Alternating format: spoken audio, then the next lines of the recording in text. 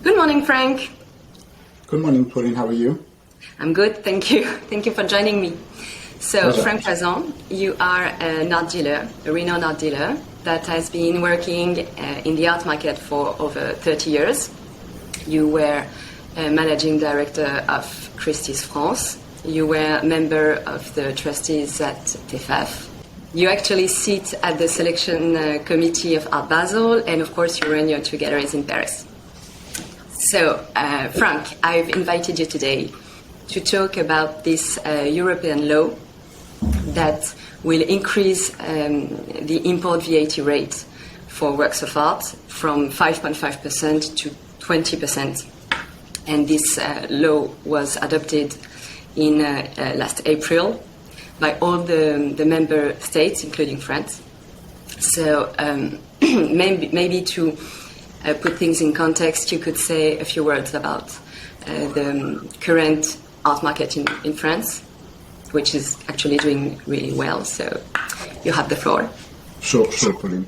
Well, it's a bit more complicated than this because fortunately it is not a law yet. It's what we call a directive. It's a regulation which has been adopted as all tax issues at the unanimity of all the 27 state members by the European Council. It covers a very wide range of goods and services because it's a question relating to VAT, and VAT should represent probably half of the funding of all other states all across Europe. So it's a major issue, among which the art market is, of course, involved, but for a tiny part of it, although for us it's actually a crucial issue. It's not yet a law because the various 27 state members now are in the process of translating that directive into their local legislation. I will come back very briefly to what it says, but as far as France is concerned, yes, it's actually highly important not only for the art market in France, but it's also important for the art market in Europe and beyond, because France nowadays, ever since Great Britain has left the European Union, France now should represent some 50% of all art transactions within the European Union. And if that legislation was to be translated as is, then it would impact a tremendous amount of the art market, not only in France, but all over Europe. What it says actually is that, first of all, I should remind that we are adopting a peculiar way of calculating VAT ever since the previous directive had been taken, the 7th one and the 6th one previously, and we pay VAT on our margin.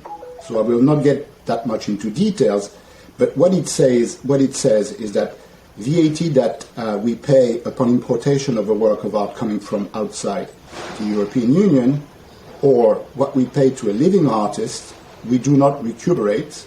It is part of our cost. And as a result, when we resell those works of art to our clients, we don't charge VAT on top of the selling price. We pay VAT within our margin, which in effect doesn't change anything because it's actually a tax on added value. It is what it is, but it saves the buyer the weight having to pay for this VAT. Now, what the directive says, in effect, not getting into too much details and rates and amounts, but it says that this margin scheme, in the end, will not be possible anymore, although it still exists, and as a result, we would have to charge 20% on top of all our sales for works of art purchased from living artists or for works of art coming from outside the European Union. And a lot of works are coming from outside the European Union for one reason, which is obvious. This is the place in France, the entry port, the most important one within the European Union. Sure. And so do you think it could affect in the long term the French art market, maybe as Brexit has affected the British art market, or do you think it's collectors and buyers?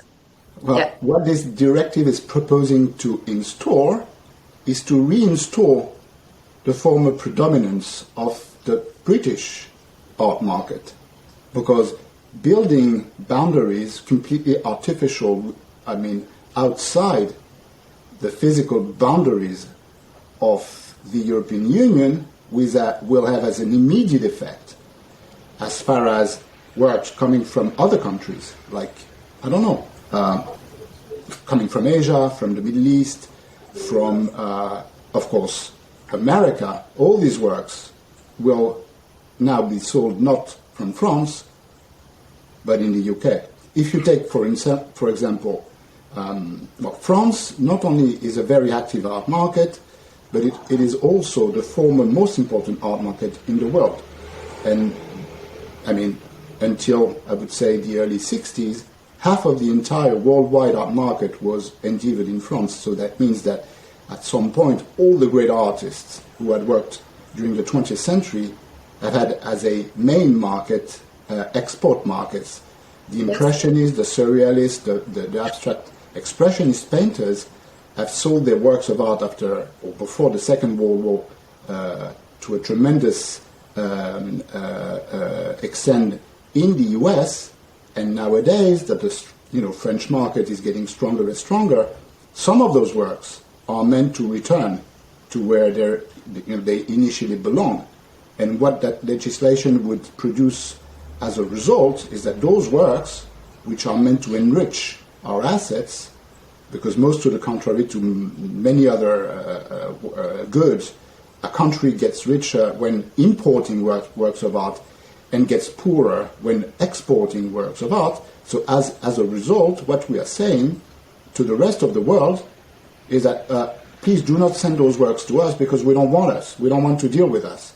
Do that where they are, in the US, or send them to London or directly to Asia. But here in Europe, we don't want them. We are not interested. Is that what you meant when you wrote in the newsletter? You wrote that this directive could be a fatal attack on the cultural exception on which France is so proud. Is it what you meant? Absolutely. I'll give you. I explained what the problem could be for artists who passed away now, but were very active in the past. But take, for example, a living artist, and take, for example, a living artist whose studio is mainly located outside the European Union. A leading artist, such as, for instance, we could take the example of Ugo Rondinone, for instance. He works in America. His works of art are sold worldwide through networks of important galleries.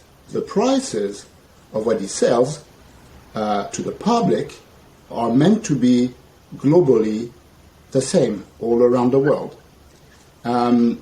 If the legislation would come into effect, let's say that Ugo Rondinone sells 100 euros, to take a figure.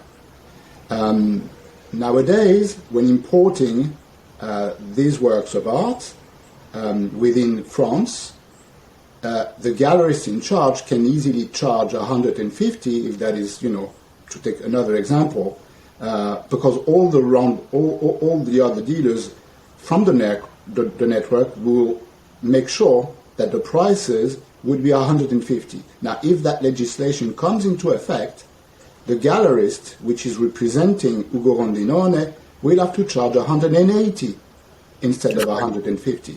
Same thing if we are now talking about living artists working within the European Union. The prices, which used to be 150, would have to be 180 now. So that inflation, which is not reflecting any sort of demand, will be the result of a process which in the end will cause well, a disaster. The end of probably the expansion of a newly recovered country in the art market, such as France. And don't you think that if it goes at the final point, it could throw the door wide open to, let's say, an offshore art market? Well, offshore, I don't know what does that mean. Works of art are mobile. They can be proposed wherever. London, for instance, is an offshore, a pure offshore art market, not saying that it has nothing to do with the meaning we usually intend by offshore, but because it's a place where most of the buyers buy from, but do not actually reside where they buy, either at auction or in private works are proposed there for historical reasons, because the two global auction houses, historically are British, and then they go from that point on to the rest of the world. So the effect would immediately, as far as the secondary market is concerned, be that the gains that we have obtained since 2016 and onwards, and actually more recently ever since Brexit came into effect. So the immediate result would be to come back to a situation where we would have everything to lose, we as a market. We won't be competitive anymore. We would lose our competitivity, and we would lose something that I think in France has a tremendous importance, which is our cultural exception. And that is the reason why, ever since we've started this process of understanding what the outcome would be for the market, all of us, auction houses, gallerists, art dealers, advisors, and then the art market as a whole, like taking into account the outcome for the framers, the restorers, the transporters, and everything. Ever since we took the consequences into account, and we have started a process of explaining to the local authorities what the outcome would be, I have to admit that the understanding, the listening, and the willingness to find a solution has been extremely good so far. That's good news. Well, let's wait and see. Okay, sure. France now has to translate this directive into its positive local law. That would probably take place at the end of this year. And so then we have to be very cautious and make sure that, beyond the words, will come the solutions. Okay, thank you very much, Franck.